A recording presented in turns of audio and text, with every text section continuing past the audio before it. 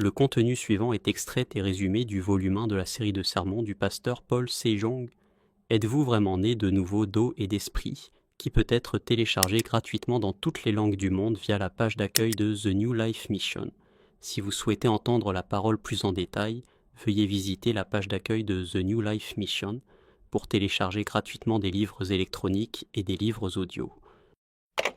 Ainsi, le sacrifice d'expiation de l'Ancien Testament a été parfaitement et éternellement accompli une fois pour toutes par l'œuvre de salut de Jésus-Christ avec l'eau et le sang dans le Nouveau Testament.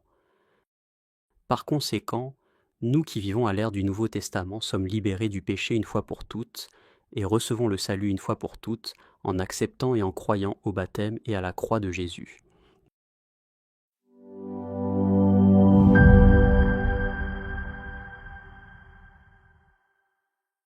Sermon chrétien 3.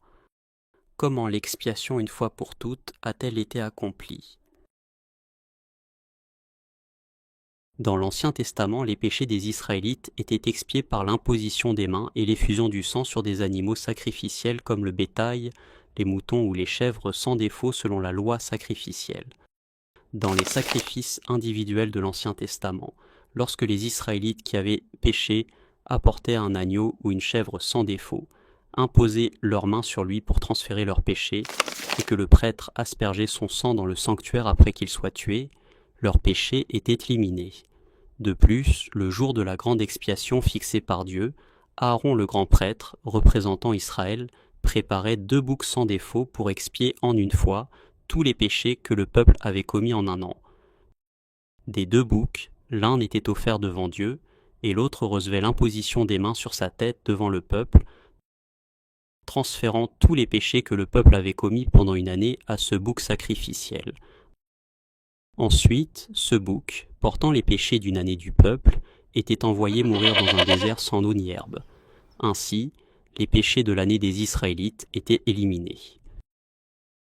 Lévitique chapitre 16, versets 21 à 22. Aaron posera ses 2 mains sur la tête du bouc vivant, et il confessera sur lui toutes les iniquités des enfants d'Israël et toutes les transgressions par lesquelles ils ont péché. Il les mettra sur la tête du bouc, puis il le chassera dans le désert, à l'aide d'un homme qui aura cette charge. Le bouc emportera sur lui toutes leurs iniquités, dans une terre désolée. Il sera chassé dans le désert. L'expiation sacrificielle de l'Ancien Testament a été éternellement accomplie par l'œuvre de salut de Jésus-Christ dans le Nouveau Testament. Dieu a envoyé son Fils Jésus-Christ sur cette terre comme offrande sacrificielle pour éliminer à jamais tous les péchés de l'humanité. Et 6 mois avant la naissance de Jésus, Dieu a envoyé Jean-Baptiste, un descendant d'Aaron, comme dernier grand prêtre et représentant de l'humanité. Puis, l'année de ses 30 ans, Jésus et Jean-Baptiste se sont rencontrés au fleuve Jourdain. Et Jean-Baptiste, le dernier grand prêtre, a donné à Jésus, qui est venu comme l'agneau sacrificiel, le baptême équivalent à l'imposition des mains. Et par ce baptême, tous les péchés de l'humanité ont été imputés à Jésus, et ainsi il a remporté tous les péchés de ce monde. Matthieu chapitre 3, versets 13 à 17. Alors Jésus vint de la Galilée au Jourdain vers Jean pour être baptisé par lui.